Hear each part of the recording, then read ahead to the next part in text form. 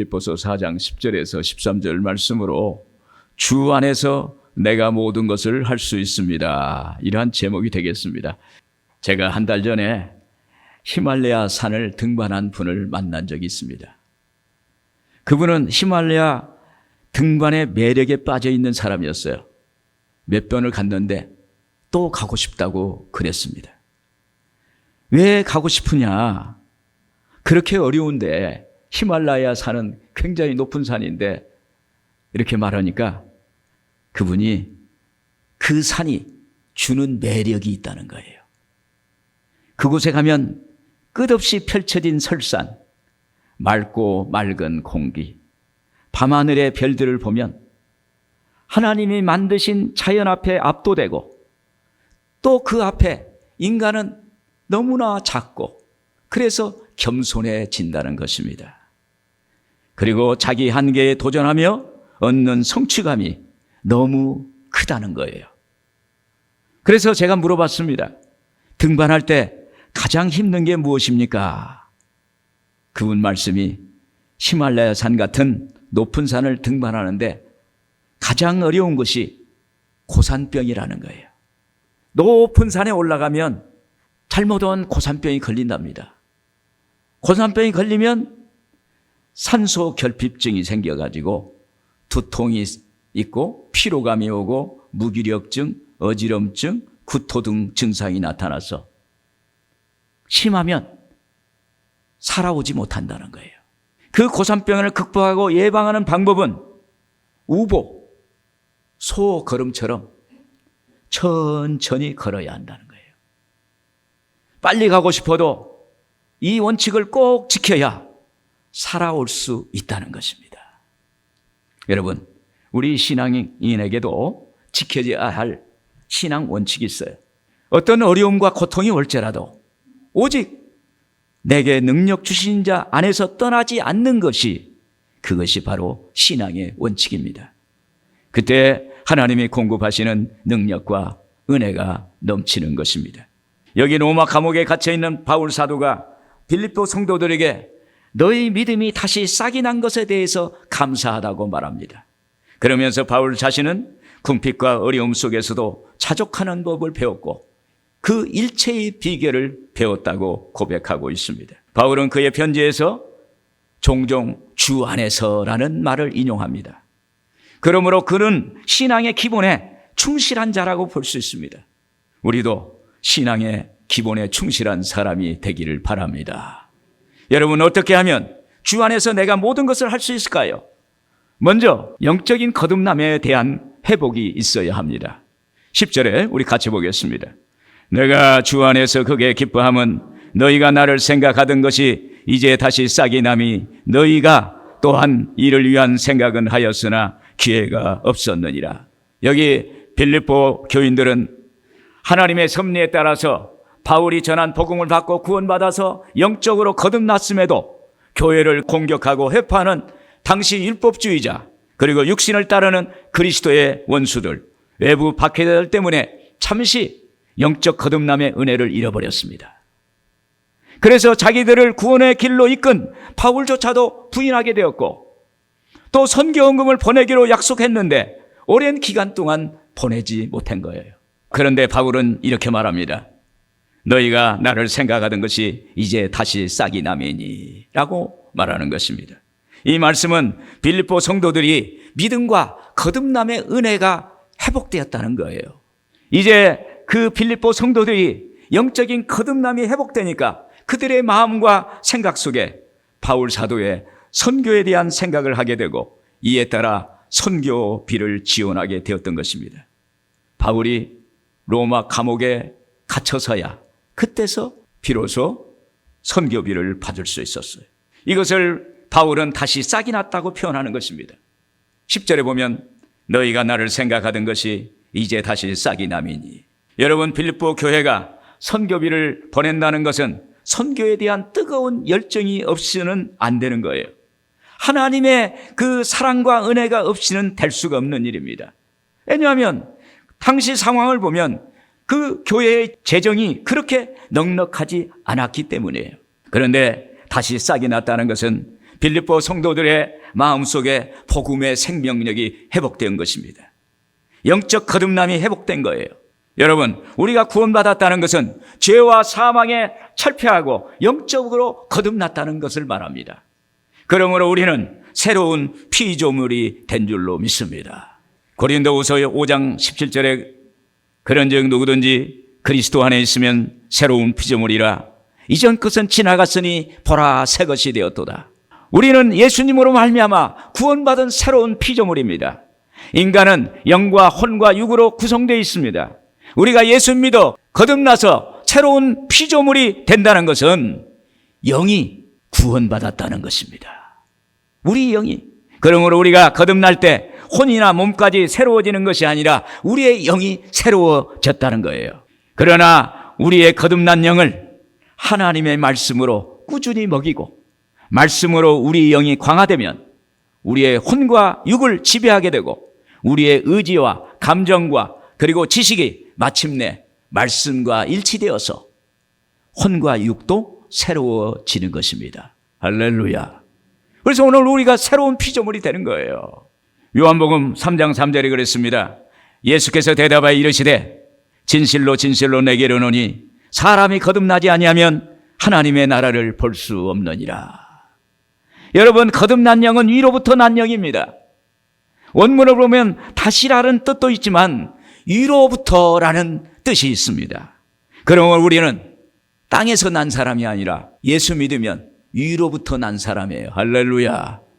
오늘 하늘 위로부터 난 사람인 줄로 믿습니다. 그래서 우리는 이 땅의 사람이 아니에요. 하나님의 자녀입니다. 하나님의 백성입니다. 하나님의 시민권자예요. 소속이 달라요. 오늘 땅에 세상에 속한 사람이 아니에요. 하늘에 속한 사람인 줄로 믿습니다.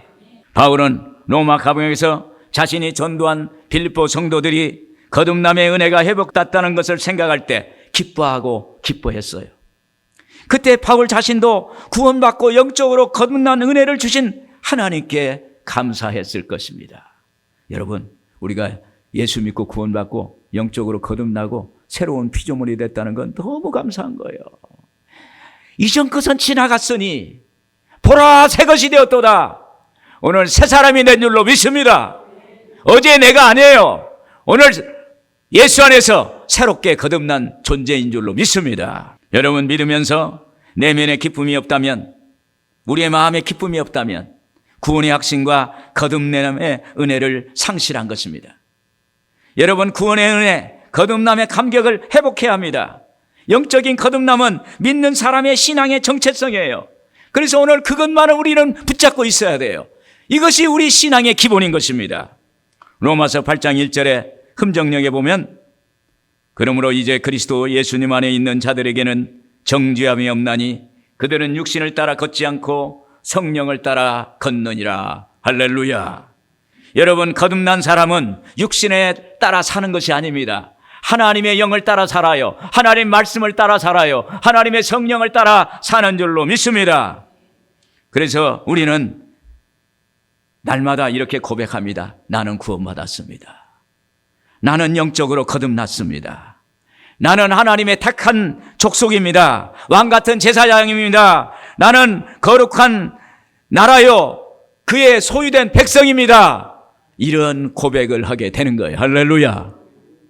여러분, 우리의 입으로 고백할 때 그 입으로 고백한 것이 그대로 되는 거예요.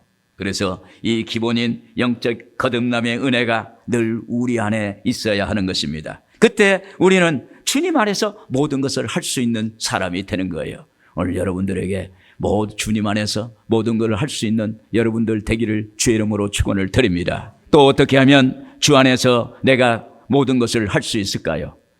11절 12절에 보면 같이 읽겠습니다. 내가 궁핍함으로 말하는 것이 아니니라. 어떠한 형편에든지 나를 자족하기를 배웠노니 나는 비천에 처할 줄도 알고 풍부에 처할 줄도 알아. 모든 일 곧 배부름과 배고픔과 풍부와 궁핍에도 처할 줄 아는 일체의 비결을 배웠노라. 여기서 바울은 어떠한 형편에든지 나는 자족하기를 배웠노니 이렇게 고백합니다. 자족하기라는 것은 상황과 관계없이, 환경과 관계없이 스스로 만족하고 자기를 충족감을 갖는 것을 자족이라고 합니다. 그런 사람은 웬만한 풍파나 거친 세파가 불어와도 하나님 믿는 믿음으로 만족하고 견디는 것입니다. 또한 믿음 안에서 늘 하나님만 바라보고 감사하는 거예요.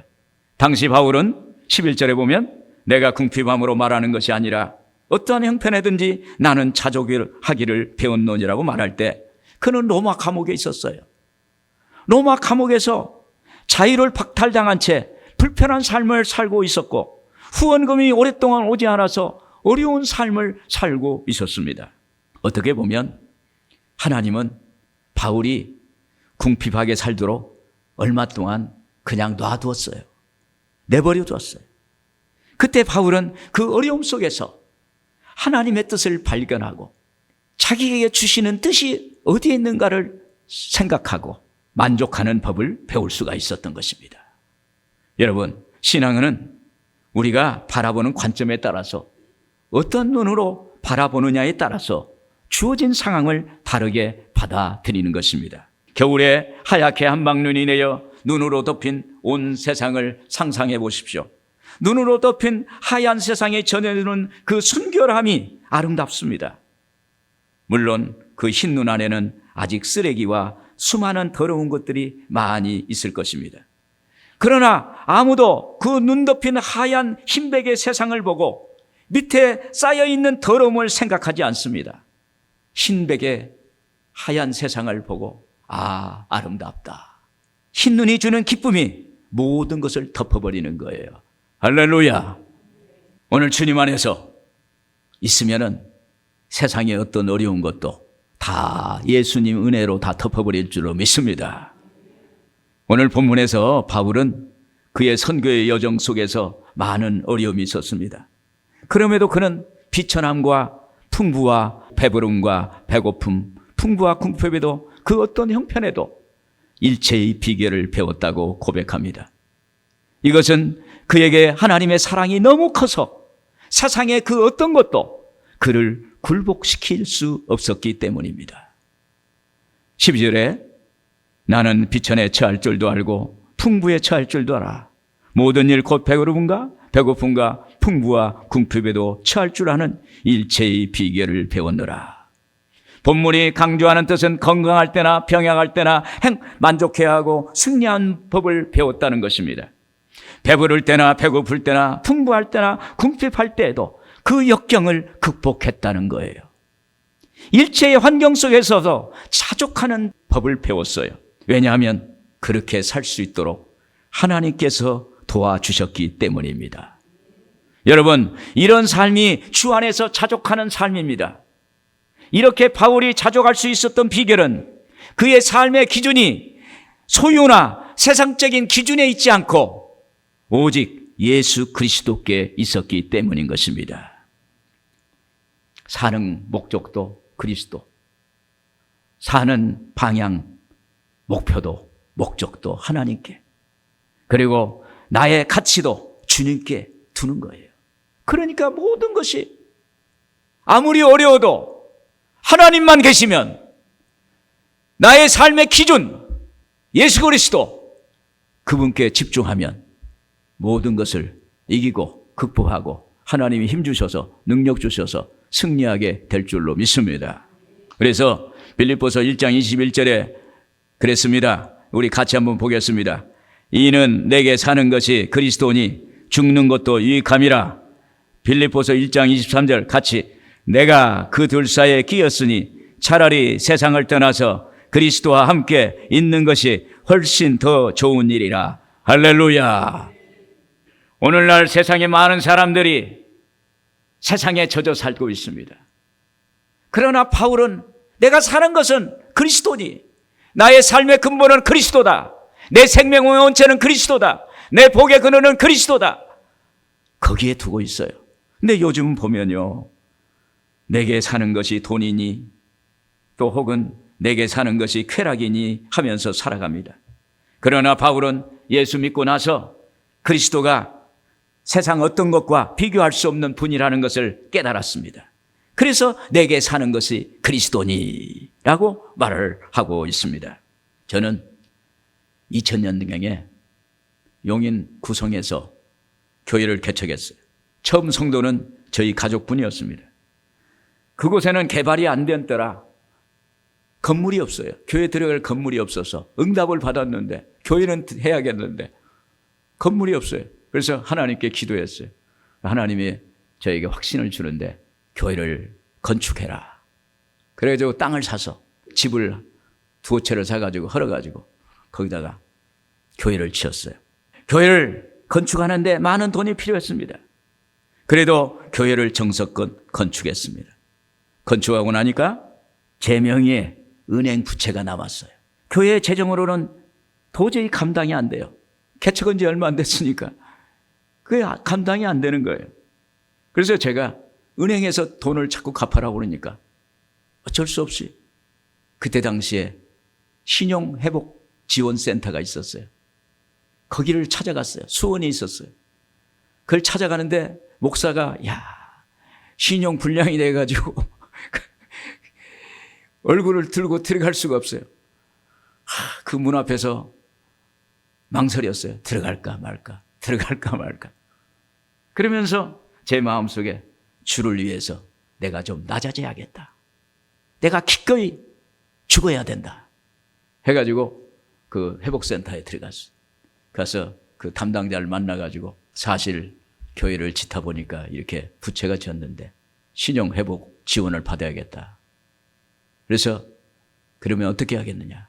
빠른 시간에 끝내겠다. 3년 했습니다. 3년간 열심히 사역하면서 하나님이 도우셔서 빚을 다 갚도록 은혜를 베풀어 주셨어요. 그때 육신적으로는 힘이 너무 들었어요. 그러나 제가 주님의 몸된 교회를 감당한다고 하니까 나의 사역과 나의 육신과 나의 모든 생명이 건축한 건물을 통해서 교회가 세워지고 하나님께 영광이 되는 교회를 세우는데 내가 내 몸으로 내 생명으로 그걸 감당한다 하니까 남이 모르는 기쁨이 있어요. 할렐루야. 그래서 저만의 기쁨이 저는 그것을 만끽했습니다. 지금 생각해보면 하나님께서 자족하는 법을 배우게 하셨구나를 깨닫습니다. 저는 그 이후로 별로 겁이 안 나요. 할렐루야. 하나님이 주 안에서 예수 안에 있기만 하면 하나님이 우리를 넉넉하게 이기게 해 주실 줄로 믿습니다. 여러분 지금 어려움과 역경이 있습니까? 아픔과 고통이 있습니까? 그 안에 하나님이 숨겨둔 비밀이 있어요. 그 아픔 속에 하나님이 변장된 축복이 거기에 숨겨두고 있어요. 조금만 기다리면 하나님은 반드시 응답해 주실 줄로 믿습니다. 그래서 그걸 통해서 자족하는 비결을 배우게 되는 것입니다. 오늘 여러분들에게도 자족하는 비결이 넘치길 바랍니다. 끝으로 내게 능력 주시는 자 안에서 모든 것을 할 수 있는 것입니다. 13절 같이 한번 보겠습니다. 내게 능력 주시는 자 안에서 내가 모든 것을 할 수 있느니라. 이 말씀은 주 안에서 어떤 여건 속에서도 만족할 수 있다는 의미입니다. 능력 주시는 자가 누굴까요? 바로 예수 그리스도입니다. 여기서 내게 능력 주시는 자 안에서라고 표현한 것은 괴로움과 궁핍, 심지어 죽음의 위험에서도 자족하고 인내할 수 있는 능력의 원천이 예수님이라는 것입니다. 내게 능력 주시는 자 안에서는 예수님과의 만남을 의미합니다. 바울은 예수님과 만날 때마다 주님이 공급해 주시는 놀라운 은혜와 그 축복을 통해서 그것을 감당하고 일을 할 수 있었습니다. 바울 사도가 예루살렘에서 투옥되고 마지막 로마로 압송되어 갑니다. 갑자기 유라굴로라는 광풍이 불어서 그가 타고 가는 배가 파손되게 되어서 모든 그곳에 있는 선원들과 거기에 승객들이 다 죽게 되었어요. 죄수들이 다 죽게 됐어요. 구원의 여망이 없을 때 하나님께 바울이 기도했습니다. 그때 하나님의 사자가 밤에 그에게 나타나서 이런 말씀하는 거예요. 사도행전 27장 24절 바울아 두려워하지 말라. 내가 가이사랴 앞에 서야겠고 또 하나님께서 너와 함께 항해하는 자를 다 내게 주셨느니라. 할렐루야. 여러분, 아무리 어렵고 고통스러운 환경이 있다 할지라도 주 안에 있기만 하면 하나님이 우리를 만나주세요. 하나님이 우리를 만나주시면 하나님이 우리의 문제를 해결해 주십니다. 여러분, 우리의 삶 속에 하나님이 오시면 다 해결되는 거예요. 그분은 이 땅을 창조하시고 모든 걸 관장하시고 다 이루시는 하나님이시기 때문입니다. 또 능력 주시는 자 안에서란 세상적인 것에 눈을 돌리지 말라는 거예요. 우리가 소유한 것들에서 다른 사람의 것에 초점을 맞추는 순간 그 사람과 비교하게 됩니다. 결국 비참하게 된다는 것입니다. 우리가 다른 사람과 비교하는 순간 하나님이 하나밖에 없는 존재, 나라는 존재가 그냥 사라지는 거예요. 아주 조그만하게 되는 거예요. 그러면 나의 가치를 잃게 됩니다. 나의 자존감이 낮아집니다. 비참해지는 거예요. 여러분, 우리는 능력 주시는 자 예수 그리스도 안에 있을 때 나의 존재가 빛을 발하는 거예요. 오늘 예수 안에 있기를 바랍니다. 오늘 예수 안에 있는 우리는 거듭난 존재입니다. 하나님의 사람입니다. 어떤 분은 하나님의 축복을 많이 받았는데도 꼭 남과 비교합니다. 그때 저는 그분의 얼굴에서 믿음이 없어진 모습을 보게 됩니다. 세상적이 된 것입니다. 순간 불행해지는 거예요. 그런데 신앙이 좋은 분은 지금 있는 것을 너무 감사하고 소중하게 여기는 거예요. 그런 분은 늘 주님 안에서 기쁨을 잃지 않고 하나님이 주시는 놀라운 복으로 넘치게 사는 것을 보게 됩니다. 여러분을 하나님이 기뻐하시고 이런 분을 하나님이 기뻐하시고 더 부어주실 줄로 믿습니다. 내게 능력 주시는 자 안에서라는 의미는 나도 틀릴 수 있다는 생각을 갖는 거예요. 나도 틀릴 수 있다. 내 생각이 맞고 내가 알고 있는 지식이 다 맞는다고 여긴다면 선입견, 고정관념을 갖는 거예요. 그리고 편견을 갖추는 것입니다. 그러면 내게 능력 주시는 자 안에서 모든 것을 할 수 있다는 것을 모르고 지나가는 거예요.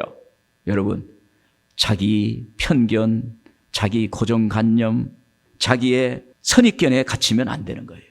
연탄기를 쓴 이철환 작가가 예수 믿으면 행복해질까? 라는 책에서 이런 글이 있습니다. 제가 읽어드리겠습니다. 실제로 우리는 우리가 생각하는 것보다 많은 고정관념과 편견을 갖고 살아갑니다.